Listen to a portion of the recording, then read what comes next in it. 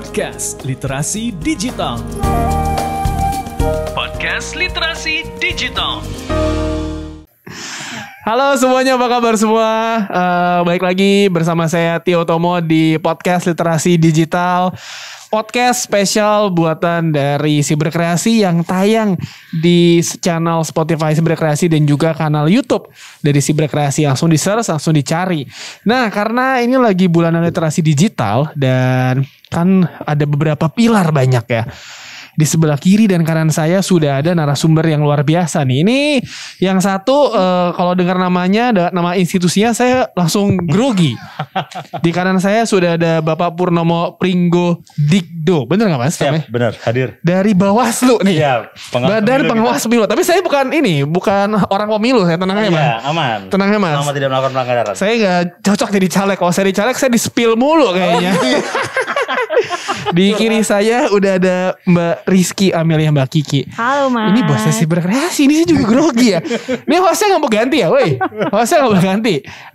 Tapi biar gak grogi ada baiknya kita membuka masker Mbak ya. Biar ngobrol lebih enak. Dan kita juga di sini sudah taat prokes. Kita tadi sebelum di tag kita udah dicolok dulu hidungnya.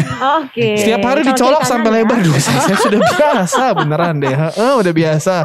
Alhamdulillah kita negatif semua. Kalau positif udah berantakan nih semua. Iya. Udah gimana? Kita Kalau positif kita nggak di sini dong. bener banget. Kita buka dulu. Oke. Aduh. Nah, FYI kita nih nge-tag podcast ini bukan di Jakarta, Mbak. Ini kita lagi di salah satu ya di Hawaii lah, Honolulu. Ini di Honolulu ya kan, di Honolulu. Nah, di episode kali ini kita akan membahas digital etika dan nilai moral di dunia digital. Sangat cocok sekali dengan profil saya yang sangat bermoral di sosial media. Memang ini produser. Jangan oleh kanan. Iya, saya nggak mau lihat kiri kanan, tapi memang buat kawan-kawan yang mungkin apa sih digital etik ya, mungkin kalau lebih kasar adalah etika di dunia digital. Tapi kalau saya jabarkan, ini adalah kemampuan individu dalam menyadari, mencontohkan, menyesuaikan diri, merasionalkan, mempertimbangkan, dan mengembangkan tata kelola etika digital atau netik dalam kehidupan sehari-hari. Kalau tukeran gimana Mas? Kenapa? Saya aja yang jadi host dengan yang jelaskan digital etik gitu. Jangan. Saya kalau saya jadi narasumber ya, kalau jadi narasumber ini panjang nih. Gitu. Ini ntar jadi show-nya lawak nanti ya. Okay. Tapi memang ketemu antara pelaku sama korban. iya benar. Aku korban, Mbak. Aku korban. Aku tuh korban. Tapi kalau udah besar sama hitam begini nih. sebelum kita ngobrol panjang, mungkin ada baiknya kita mengenal sosok dari Mas Pur dulu nih. Siap. Di Bawaslu Mas Pur sendiri sebagai apa nih Mas Purnomo? Iya, Saya jadi izin pergi dulu kalau gitu. kenal ya. Iya Mas ya, saya kebetulan di Bawaslu Provinsi Jawa Timur nih. Saya bertanggung jawab untuk divisi hukum dan data informasi. Waduh. Wow. Yang menarik adalah salah satu objek dari pengawasan kami itu adalah kampanye di media sosial pada saat penyelenggaraan pilkada atau pemilu. Wah, itu ugal-ugalan sekali memang. Iya.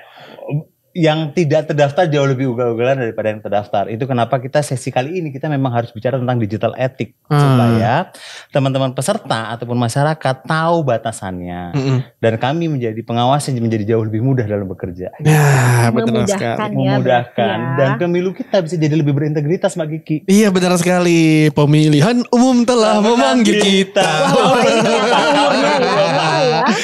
Tapi kalau Mbak Kiki ini mungkin bisa jelaskan sedikit. Ya sudah saya berikan waktu. Saya grogi ya. Saya serba salah nih masalahnya. Kita tutup salah.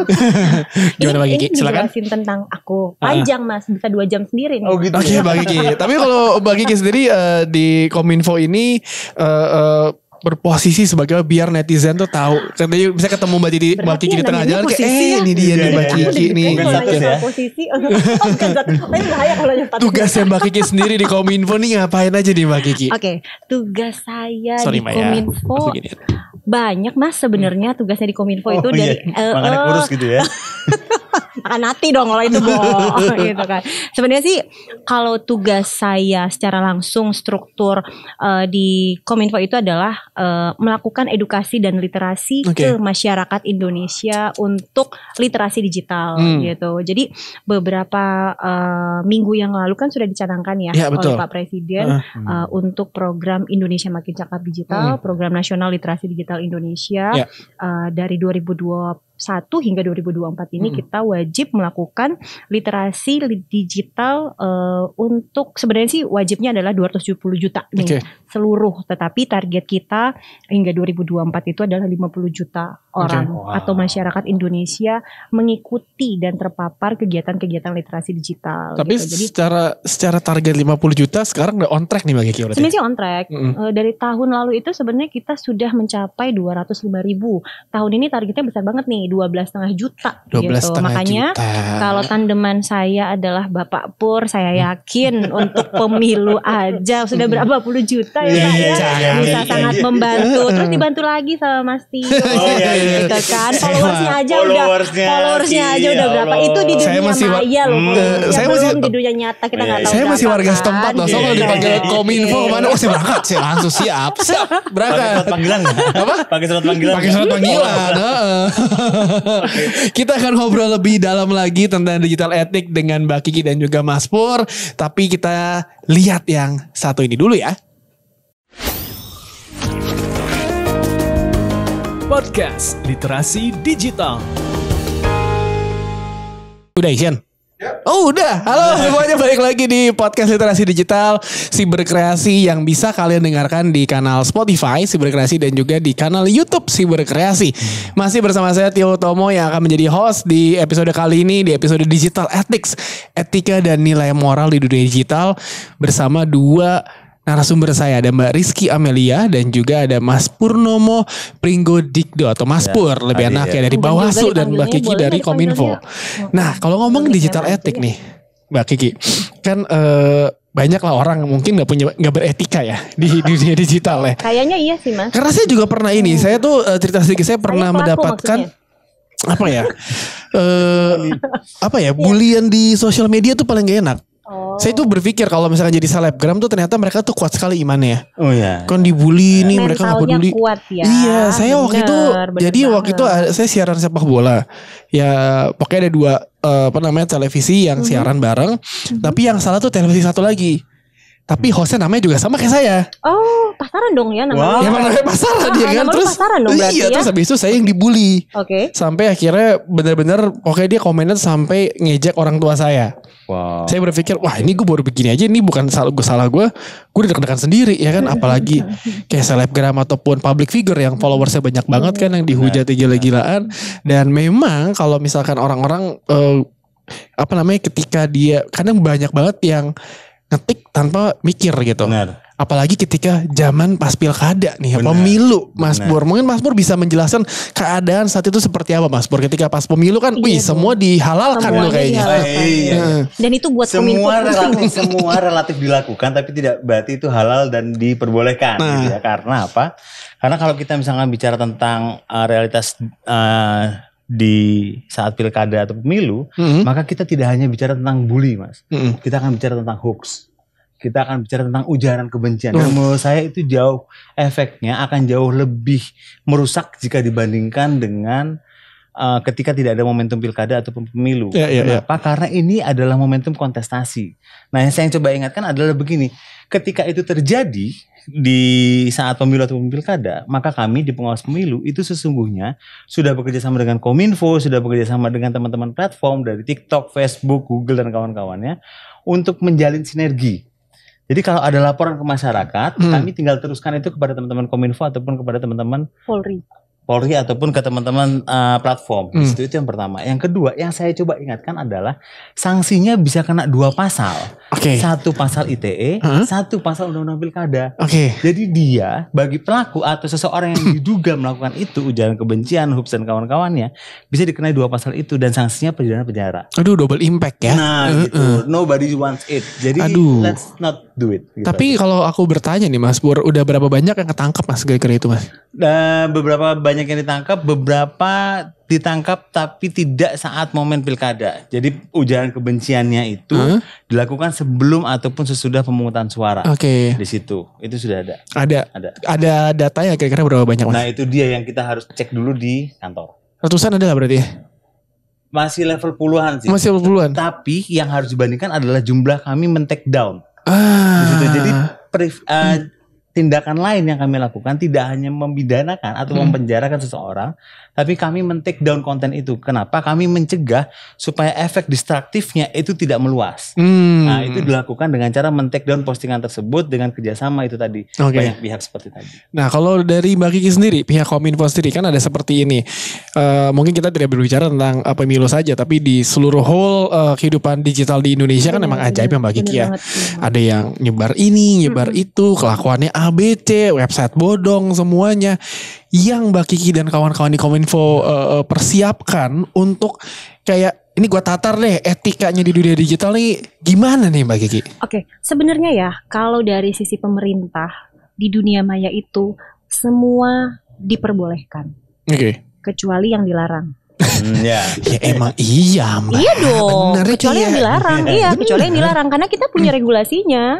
Ada undang-undang ITE kan, ada PPPSTE dan sebentar lagi kita sedang membahas yang namanya RUU Perlindungan Data Pribadi. Wah, penting. Jadi jadi maksud aku di dunia maya itu semua diperbolehkan. Lo mau ngapain aja juga boleh, tapi ya ingat gitu, kecuali perbuatan yang dilarang gitu. Karena selain itu, apa yang Kementerian Kominfo lakukan? That's why kita melakukan kegiatan dari hulu hingga hilir, gitu. Kalau tadi Mas Pur sudah menjelaskan mengenai kita juga sudah banyak nih yang men-take down segala macam.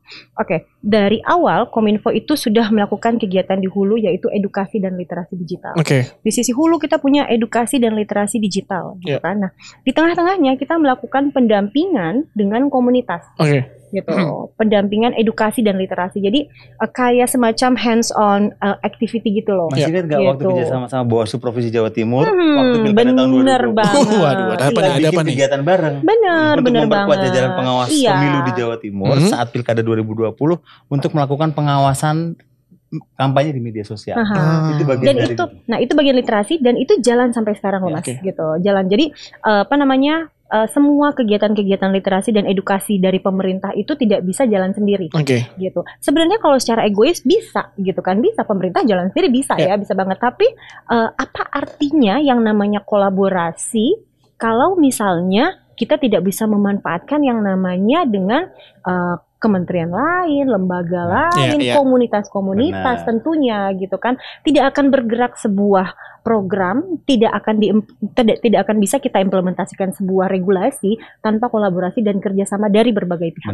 Gitu. Nah, tadi yang aku jelasin dari sisi hulu, kemudian tengah ada pendampingan. Nah, di sisi hilirnya itu adalah take down. Tapi itu yang paling terakhir sekali, dampak paling terakhir sekali yang sebenarnya kita mau hilangkan, gitu kan. Oleh karena itu kegiatan-kegiatan literasi digital seperti ini salah satunya nih podcast buat konten, jadi kita naikin nih, ya kan, yang positif kita naikkan, kita luaskan, kita masifkan, yang negatif tanpa secara tidak langsung mereka hilang, akan terkikis dengan sendirinya, gitu.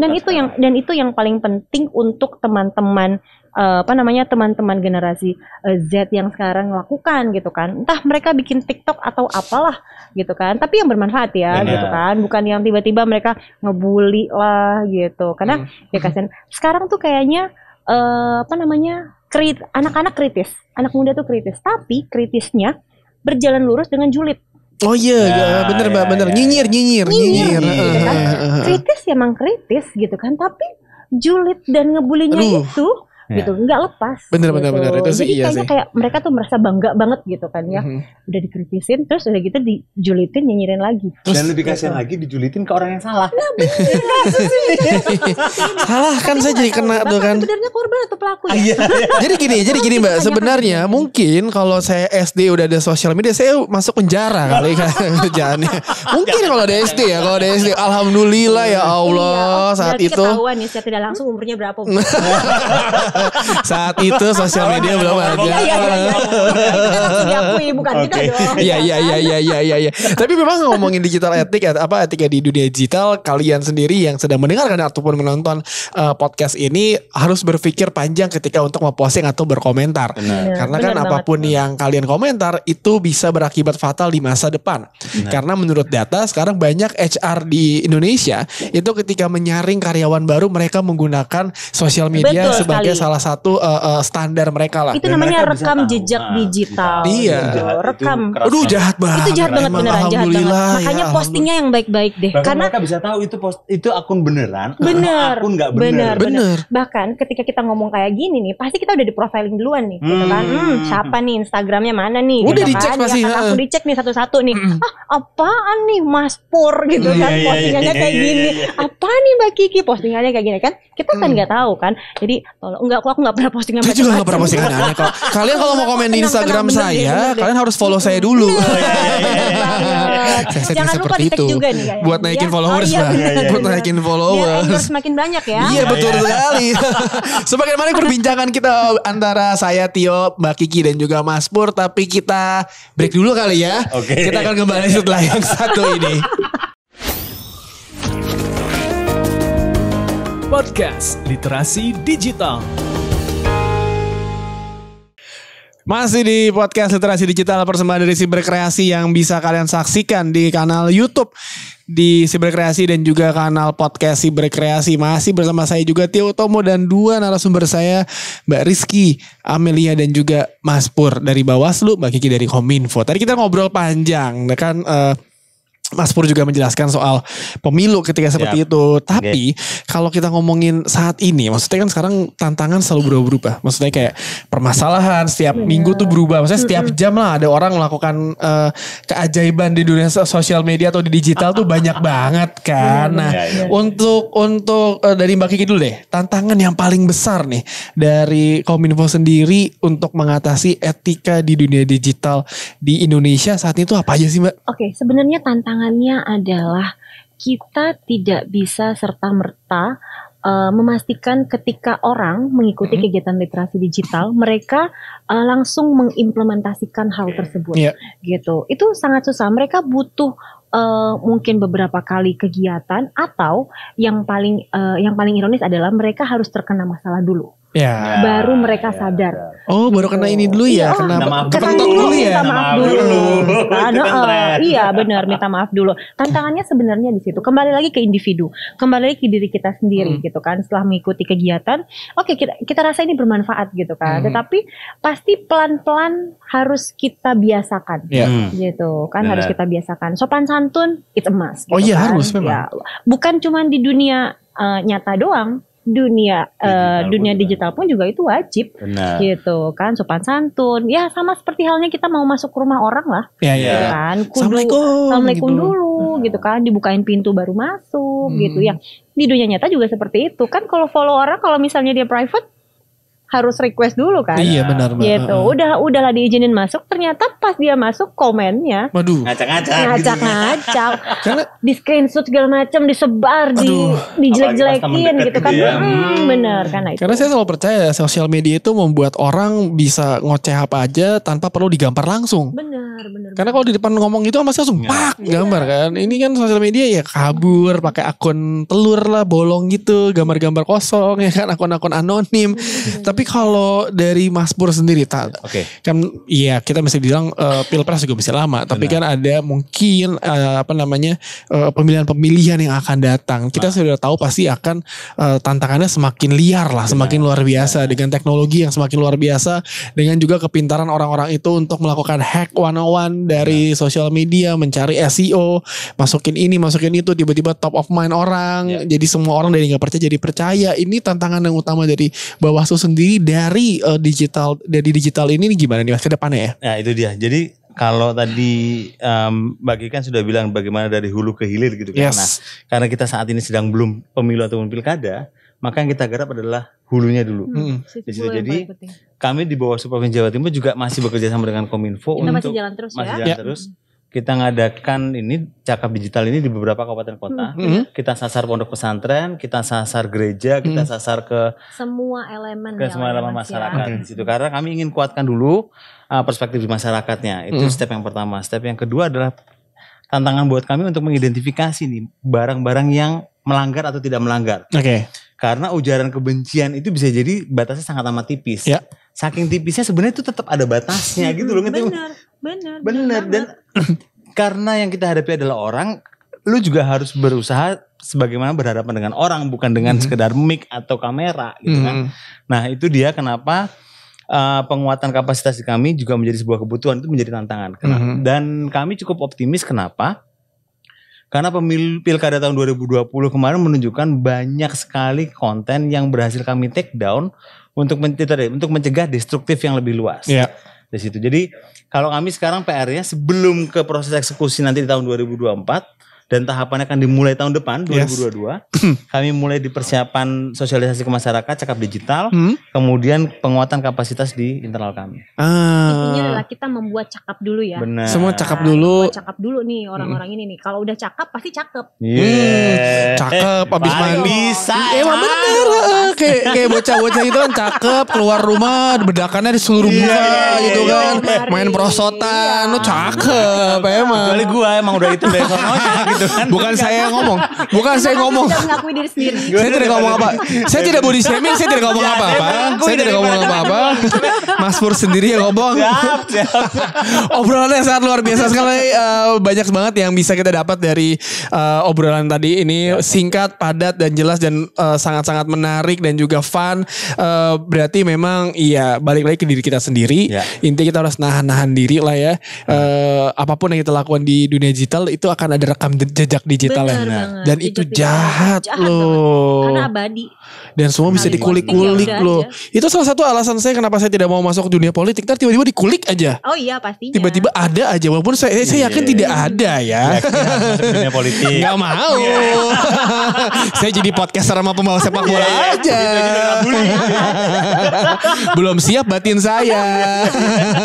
Terima kasih banyak Mbak Kiki dan Mas Pur. Obrolannya luar biasa sekali. Semoga kita bisa ngobrol lagi di topik lainnya di podcast Literasi Digital. Dan buat kalian yang ingin menyaksikan episode lainnya bisa nonton di YouTube channelnya Siberkreasi dan juga di kanal podcastnya Siberkreasi. Saya Tio Utomo pamit dulu. Sampai jumpa di episode podcast dan juga YouTube selanjutnya. Bye-bye.